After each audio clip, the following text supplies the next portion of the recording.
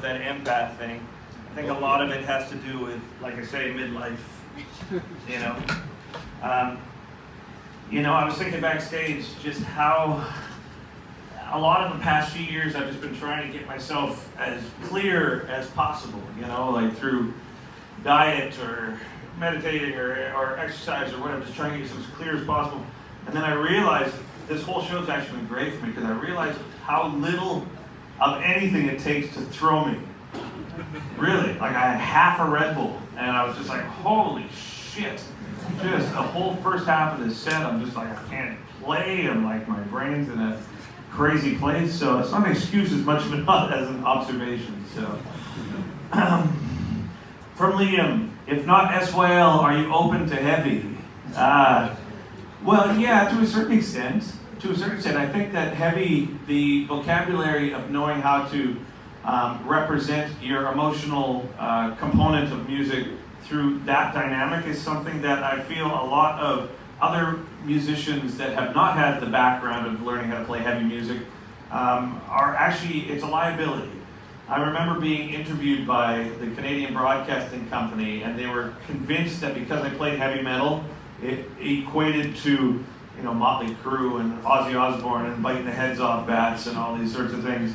And to me, knowing how to function with that sort of musical aesthetic, the thing that I learned how to do with SYL, and there's a certain component of that to Empath and whatever, is a part of my musical vocabulary now, more so than something that I'm trying to pursue.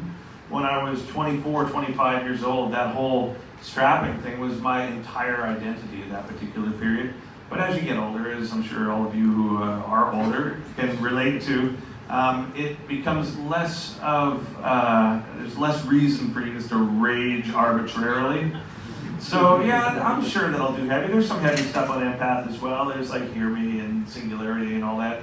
But to be honest, it just exhausts me now more than ever. And also when I'm walking around town with my noise-canceling headphones, all I'm listening to is some hippie blowing into a flute like the whole time.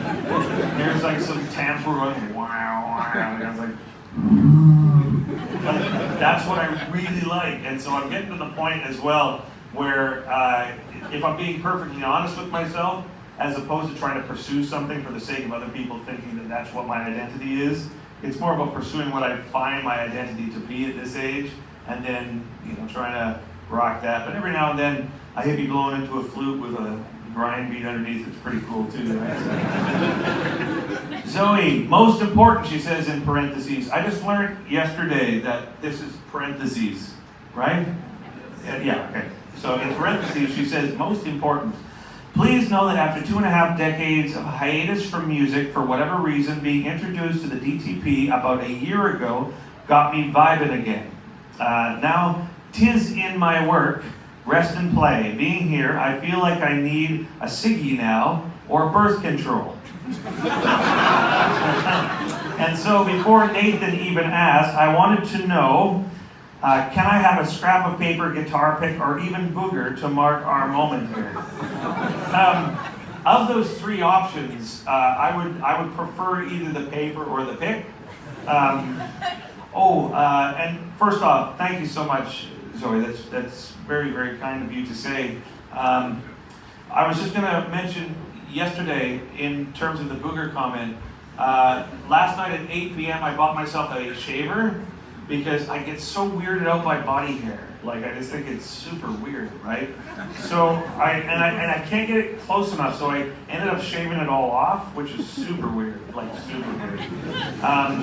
But it had a nose hair attachment.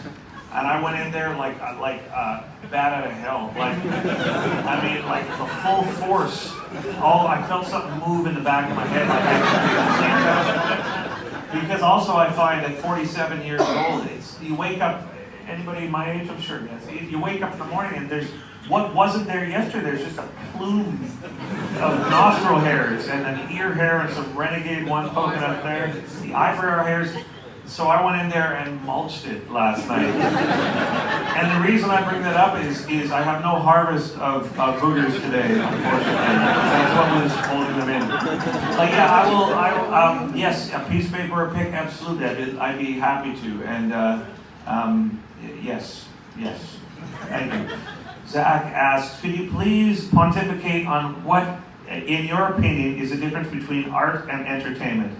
For example, not every entertainer is an artist and vice versa. Well, I think it's motivation. And I also think it's intention on some level.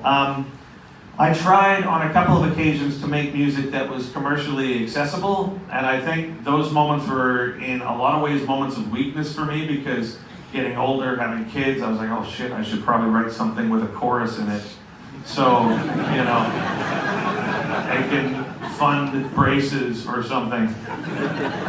But two things I'll say on this. One, and I've said this over and over again to the point where it almost seems like a parody, and I don't mean it to, but I became an acquaintance of the singer for Nickelback, and I think he's brilliant. I think he's a really brilliant person. But more so than that, it made me realize that him being him, actualizing himself in the ways that he has, his music is a direct reflection of that. And I think a lot of times artists think that it's as simple as trying to write a commercial song and then that's it, then easy street for the rest of your life. But by that interaction, I recognized that the reason why someone like him writes commercial music is because that's how he's wired. And it made me recognize that in order to find my own expression, I need to be able to try and clear away all the dross in my world and recognize that, my true nature is not that. And I think the difference between art and entertainment comes down to whether or not your motivation to do it is to represent something beyond you in that sense versus the formulas that sort of make sense for commercial consumption, maybe. However, there are a lot of commercial artists, I think him included, that really truly feel what it is that they're doing. It just manifests in different ways. Maybe it's just art. The difference between art and entertainment is entertainment sells. I don't know. And I don't know about that though, because when I think about Max Martin, when I think about a lot of these pop artists, the skill set and the science that goes into writing mass consumable artistic statements is something that requires a litany of investigation into like what is currently popular. They even go in as far as, okay, well in the summer, this particular chord sequence is more popular than it is in the winter, right? Like I had heard that in the winter, like that chord sequence that is in With or Without You by U2 sells. And then also in the summer, the 1/4, 1/5, like a standard one sells.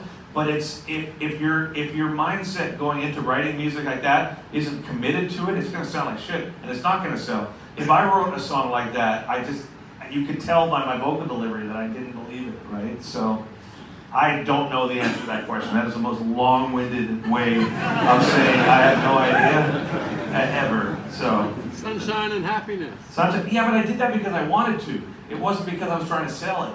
I love it. Well, so do I. Thank you. But I think that's the thing. Is it's like the label after even Epicloud. They're just like, oh, we want you to do that again. I'm like, I don't want to. Now I just want to make fuck around music for a while. I want to make deconstruction. So that's what came out after No, deconstruction is right before it, and it just confuses the shit out of people. But I think that as long as your motivation for doing it is just like trying to uncover where you're at, and then almost use the albums and the art as trying to write a thesis about whatever it is that you learned. It's like what I learned at summer camp. You know what I mean? Anger bad. Death sad. Brett asks on hashtag World Suicide Prevention Day. What would it mean to you to know that someone is listening to Spiritual Collide and gaining a positive message from it? Well, it'd be great because I got a positive message from it as well. I feel like I'm in service to this stuff as much more so than trying to say, well, here I am dispensing benevolence upon the audience. It's just, I am a fucking gong show. And I'm fortunate enough to have a type of sensitivity to music that in my estimation was established as a young child because in my family, we were not actively encouraged to display overt displays of emotion. So I didn't find myself emotionally that intelligent for many years, and I would cycle through emotions when I had one, making assumptions on what it was. I was like, oh, I'm pissed off. Oh, wait, no, I'm sad. Oh, I gotta take a piss, or whatever it was. And then by the end of it, I would leave this trail of carnage with the people in my life because, by the end of it, I get to the point where it's like, oh, you hurt my feelings. But I wasn't able to quantify that. So I tend to really try and feel out these things that I have. And when I was doing Empath, I was very depressed, and there was a lot of things going on.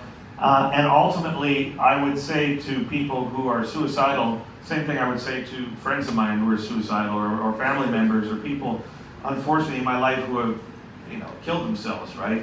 I think what really does a disservice to suicidal thinking is the idea that, oh, you'll be fine, everything's okay. What have you got to be unhappy about? Life is beautiful.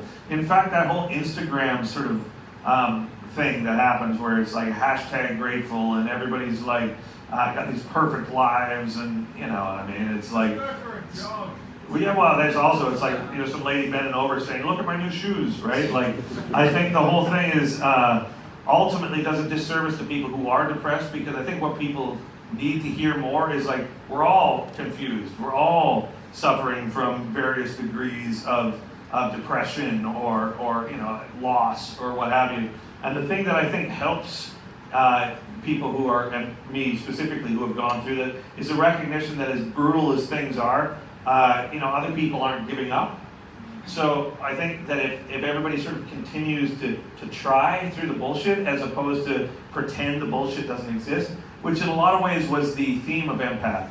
Because in the past few years, I feel like I had been afraid, again, looking at that objectifying of Ziltoid as that part of my artistic identity that I was afraid of.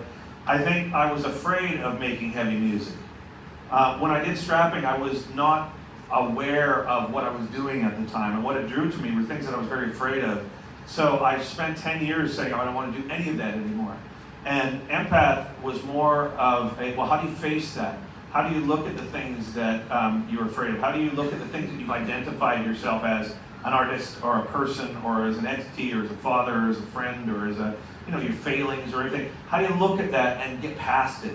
And then by doing that, the reality to me became, it's not all sunshine and happiness. It's a lot of brutal, and there's some beauty. There's tons of beauty in there, and the awareness that both of those exist and you shouldn't necessarily hide from them is the thing that gave me strength in that moment of depression, in a way. And maybe the thing that I hope that Spiritual Collide or any of the work would provide for people is the knowledge that it's like, hey, it's not like any of us are enlightened. It's not like any of us are centered to the point where, just look at us and you can get through it. It's like everybody suffers. So the fact that we're suffering together, I think, is where the positive message comes from. So thank you.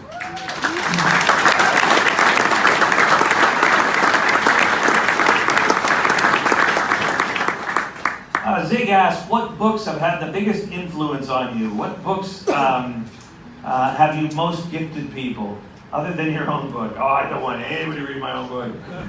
Well, I do, but it's one run-on sentence. I stopped writing in 8th grade, so it reads like in 8th grade. Again, what I did last summer was like, and then I did this, and then I was like this, and then when I was 22, I did this, and then I did that. I really like, there's an author, thinker, he's dead now, right? See what that got him. But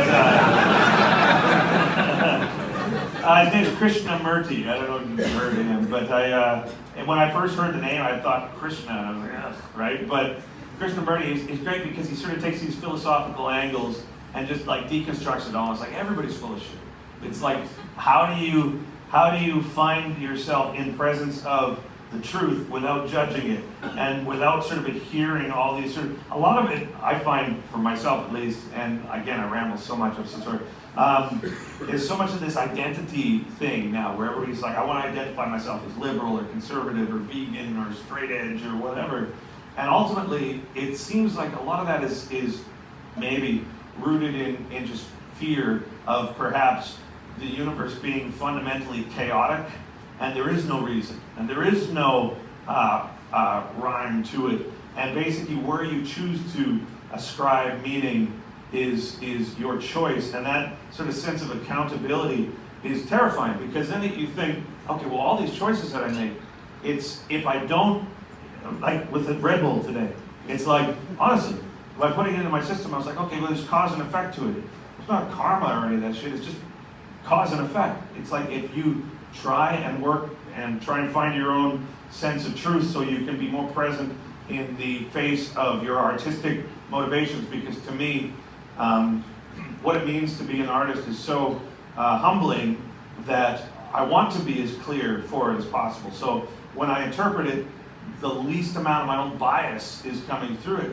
And you get more and more towards your center, you get more and more clear in that sense, and you chuck a bunch of fucking bull spoof into you, and then you're just like, oh fuck, right? Like, I'll play funeral. No, I won't. I'll do this. Oh, my G-string. Oh shit, right?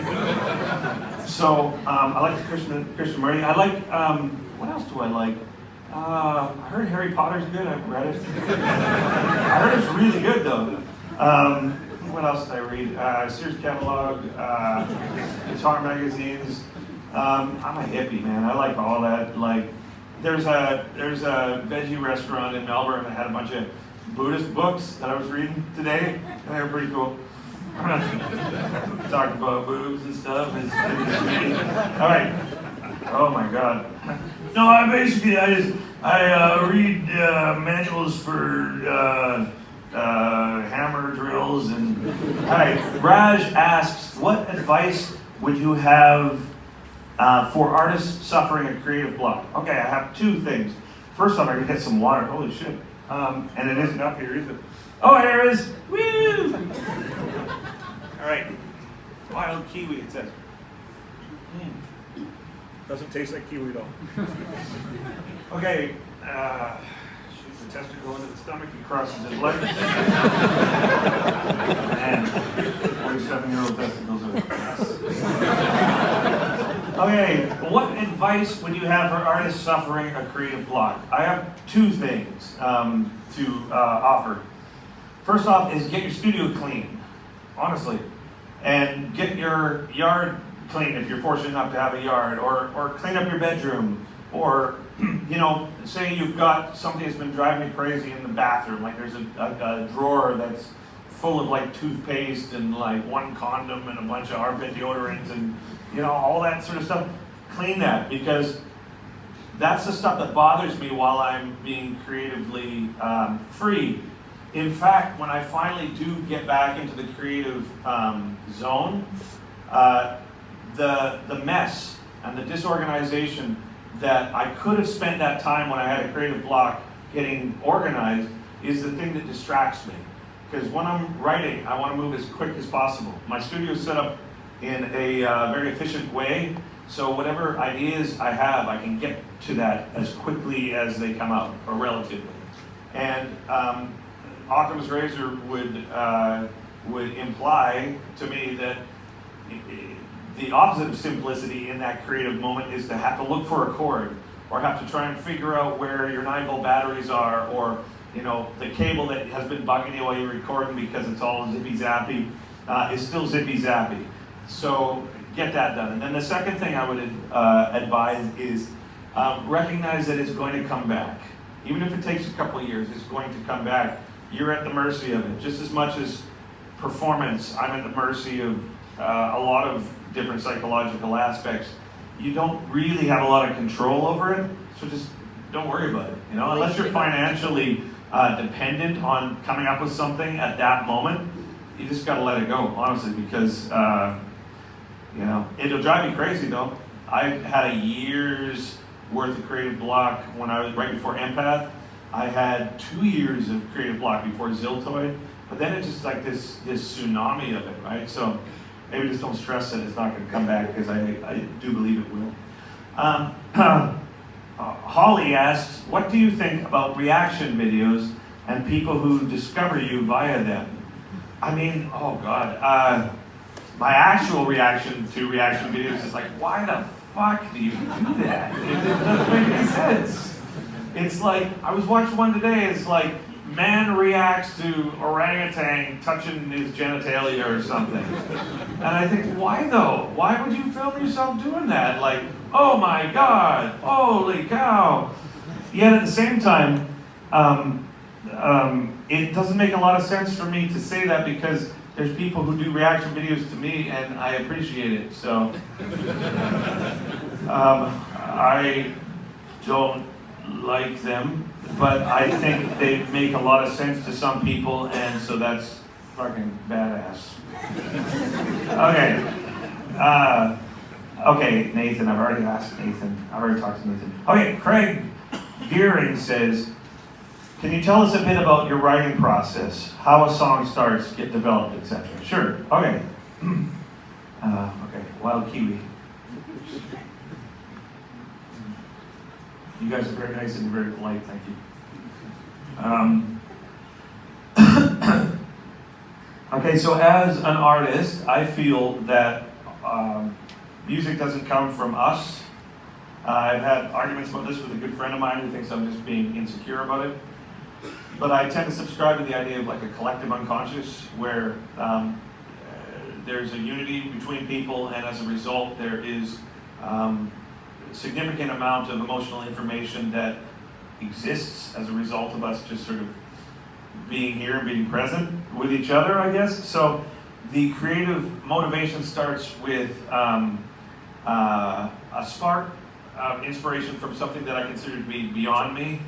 In that way, I would describe it as an event like birth or death, or you're out in your backyard and you're looking up at the sky and you're like, holy fuck, there's a lot of stars up there, or nature, mountain, earthquakes, whatever, like something that is clearly beyond you in that sense.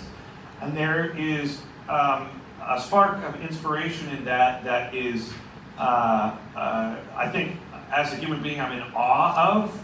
And so my desire, for whatever reason, I haven't figured out if it's just like narcissism or what have you, or needing validation from other people to reflect the fact that I exist or whatever it is, I feel that I want to represent that to other people so they can share that experience. I think that's what all artists would do. And then through my bias, through my nationality, through my gender, through my upbringing, through that weird thing that happened with Uncle Touchy when I was 15 or whatever, there's like all these things sort of play into the way that moment of absolute is translated. And then I think that when people hear it, if you do a good enough job as an artist, what people resonate with is that truth, rather than you. You do the work, and I think that's great, but I mean, it's the truth that you're trying to represent. And when I say that, I don't mean it in like a religious way or whatever, just like something fucking, holy shit, that was imprinted on me in such a way that I feel compelled to think about it. And then, as a result of that, the things that are happening in my life, usually over the course of a year, start to adhere themselves tonally to those experiences. And usually what happens is things start to appear as clues, so I feel like, okay, well, for some reason this font is appealing to me. Some reason this picture, this color scheme, the idea of shadows, the idea of loss, the idea of the rain, the idea of anything. And then it starts to pyramid towards a very singular identity. And usually what happens somewhere in the beginning stages of a creative process for me is a word starts to resonate with me. Teria, infinity, empath, transcendence, ziltoid, Hummer. And then by the time, because I always write, every day I write, basically. By the time I have the opportunity to go to the studio, it's when it's all coalesced into an identity that usually there's one song that signifies it to me. For example, on Transcendence, it was Storm Bending. I was like, okay, that's the direction. On Empath, it was Genesis. On Alien, it was Skeksis. There's always this one song in this sea of stuff that I've been composing, writing, that I'm like, that ticks the boxes. And then that leads me to follow that path. And then by the end of the record, usually about a week prior to it being done, I'm able to understand what it is that it's about. And as a result of that, and as a result of what I was saying earlier about my upbringing, which is a beautiful upbringing, I have a very close relationship with my parents and my sister. But because of that sort of emotional stuntedness in a certain way, it's usually by the end where I'm able to say, oh, retroactively now, I see what it is that last year was about. It was about birth of my child. It was about death of my friend. It was about anger. It was about midlife. It was about all these things. And then sometimes by the end of it, I'm like, oh, fuck, now what do I have to do? Like, I remember when I was closing off on Alien, for example, I remember thinking, oh, shit. I gotta do this for 2 years? You kidding me? I remember at the end of Casualties of Cool, I remember doing that going, oh my God, how am I gonna explain this one to the label? You know? So, for me, it's very much akin to being in a dark room and you're fumbling around looking for a light switch.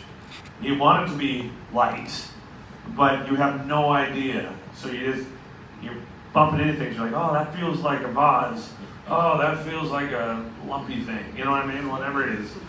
And then by the end, it becomes like the font, the color scheme, it becomes so singular that I know while I'm mixing it when it's wrong more so than when it's right. And then after it's released, I can look back and be like, oh, I don't like the kick sound. Oh, I don't like the guitar sound. Oh, I think the vocals on that one could be better or worse. And then, I end up redoing it. But that's basically the creative process for me. Craig Gearing asks, do you miss the skillet? Fuck no. It was cool for being on stage, it was great, but some people say, like some friends of mine have actual dreadlocks, and they smell good, and they are clean, and they're really cool. That's not what I had. I had poo sticks. They were dreadlocks. I just didn't wash my hair for 5 years. And so when I woke up in the morning, my pillow had this translucent window in it. And like I said, I've been married for a long time, and anybody who's married knows that romance is a hard thing to maintain at the best of times in a long-term relationship. And the fact you smell like a yak's balls doesn't do a whole lot for you. So it looked cool enough, but the moment when I realized that, oh, this has got to go, is when I finished strapping, I wanted to get a loan from the bank to buy a small Pro Tools rig to do the Ziltoid record. And I went in there with it in a ponytail, and it was so ridiculous. It was Krusty the Clown, and it smelled bad, and sticking out everywhere, and I'm like, yes, sir, I was wondering if I could get $50,000 so I could make it. I'm a professional musician, all this shit. And I remember thinking, fuck this, man. So I cut it off, but it was also a good moment for me because it was another example of, although other people wanted me to keep it, I didn't want to, so that was my decision. And taking those steps for myself, personally and emotionally, have actually very much helped my creative process. Because I think up to this point, not up to this point, but up to recently at least, so much of my identity was wrapped up in what other people thought of me, what other people thought about the music, that in absence of the music, my personality would cease to be of any value. And I've recognized that being one instance of taking a stand towards that, it was good for me to get that thing. So I glued it to Ziltoid because he still really gives a shit. Jack, when will you collaborate with Fred Durst? No, what's funny is I watched the Limp Bizkit video the other day. What's the one that was like the one where he's doing it all for the nookie? Right? The verses in that song are really cool. I really like that. Never. Okay, so Tom, any tips for an amateur songwriter mixing and mastering their own songs? I have no budget. Okay, what would I give the tips? Okay, so a lot of how I find, I've learned it all on my own for the most part. Well, I've had a lot of help, obviously, and a lot of it would be my first tip, which is get used to failing. I think a lot of people are so afraid to fail that they either never get a record finished or they can't improvise. I've got a really good friend who we were meant to go do an improvisational jam that was more sort of high profile. And at the last minute he was like, oh, I can't do this. And I was wondering why until I started thinking about his band and the work that he had done. And I realized that he's never been in a situation where he's failed publicly. And I think that unless you get used to failing, you're really going to have a hard time making the mistakes that are required for you to get that bullshit out of the way, because what's behind that bullshit is the good stuff. So my first advice is get used to failing, and the second thing would be, if you think the song that you're writing currently isn't worth your time, I highly recommend finishing it. And by that I mean, don't just start it and leave it. Like, even if the midsection, you make up some stupid midsection and you make some structure that is totally bonehead, consciously finish it. Because there's something about riffs, there's something about artistic ideas that get stuck, I think, in your subconscious. And by literally exercising them, by putting a sense of finality onto it, what lies behind that is often what it is that we're looking for. So I found that, I write so much, and a lot of it is just bullshit. But by writing all that, I get rid of all those thoughts. Like, I'll wake up in the morning, I'm like, I'll have a melody that just keeps going through my head, and I will put it on, Pro Tools, and I feel like, oh, it's not as good as I thought. Well, as opposed to just forgetting about it, I finish it, and then I move on. Finish it, move on, finish it, move on. So oftentimes I have all these demos, like with all the records, I'll have a full CD of demos, or I'll have all these bonus tracks and everything. And the reason I have that level of productivity is not that I'm fundamentally different than anybody here, it's just that my process includes a discipline that forces me, in my own mind, to finish these ideas, no matter how inconsequential they end up being, and moving on. And that has been of significant value to my creative process. And then the third thing I'll say is, when it comes to mixing and mastering, it's about slotting frequencies. So there's a lot of charts you can find online, but each instrument and each note exists on the EQ scale, or the EQ, whatever that line is, right? So like a D, you'll see it there, and then a C, you'll see it there, and an A is there. And each one of the instruments that you have in your mix occupies a certain frequency range, and within that frequency range, if there's a note, it's a part of that frequency. So if you've got a whole bunch of A's going on there, you're going to want to make sure, in my experience, that one frequency in that particular zone isn't overlapping with another.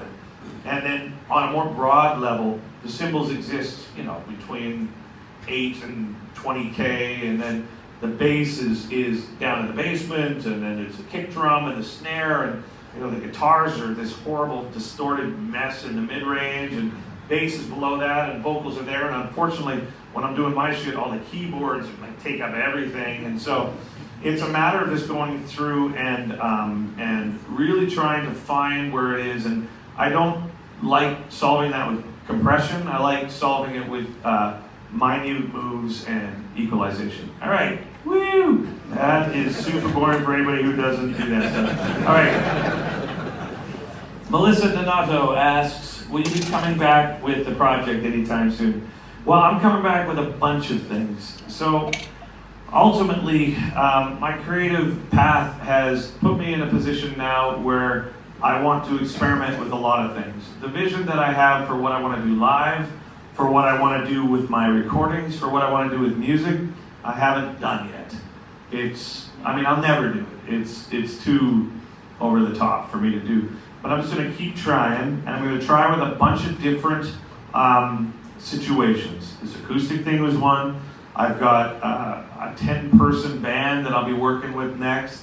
I've got like a metal band I'm going to work on. I've got Empath in its entirety. I've got this weird hippie-ish, blowing into the flute shit that I'm working on as well.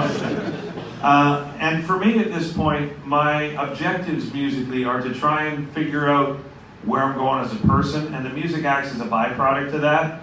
So it may not make the most sense in terms of business. It may not make the most sense in terms of what people want from me, but I have to follow that because in absence of that, it's just super boring to me.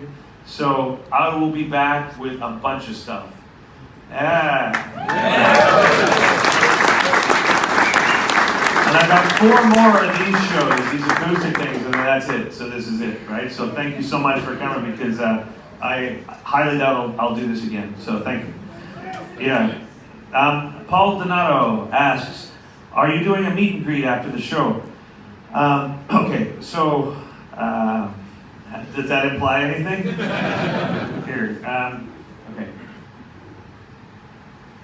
What I learned about myself towards the end of the last touring cycle, which lasted for several years, was that the same sensitivity that I feel contributes to my ability to translate what I'm feeling emotionally into music is the same thing that was starting to fucking wipe me out. Because I want to give everybody everything. Like, I'm so thankful that I get to do this. I'm so overwhelmed that people come to the shows and people support the physical product and buy all these stupid things. I mean, it's like, it means so much to me that when someone says, hey, I want to pick, have all the picks. I want this, have it all. But in the same level, what starts to happen as things grow is that these meet and greets started just tearing me up, man. And I didn't even realize it at the time, because I have this tendency to absorb energy from people. Like, if somebody's sad, I feel sad, and I haven't figured out if that's empathy or narcissism, you know what I mean? It's like somewhere between the two. But regardless, what I've been working on over the past couple of years is how do you function in this job so you can still do it, yet not when you go out, come back like empty. Because when people are so kind and oftentimes super intense, by the end of it, I'm just fucking drained. And so in the future, absolutely, I will be doing meet and greets. But I do find that on this acoustic run, it's been important for me in the same way as making a statement to myself about, you know what, although people like the hair, I got to get rid of it for my own sense of self-dignity. I feel the same way with this. I want to give everybody everything, but I got to be really careful moving forward with this next stage of my career that I don't repeat the pattern that I had established on the last run and just end up like I was 2 years ago. I was super depressed. You know, it's like there's so many people and it's so intense and I just don't deal with that well, you know? So for this particular thing, I won't be doing a meet and greet today, but in the future, I promise I will. I just really am trying to establish new patterns for myself that allow me to continue to do these things without it going to my head, without it being full of shit, without me trying to go down these avenues for the sake of monetary or whatever, right? Like, I really want to do this. I really love doing it. I got to be super careful. I didn't realize how careful I need to be with myself. So if you don't mind, today I will probably eat curry and go watch a TV show. To be honest with you.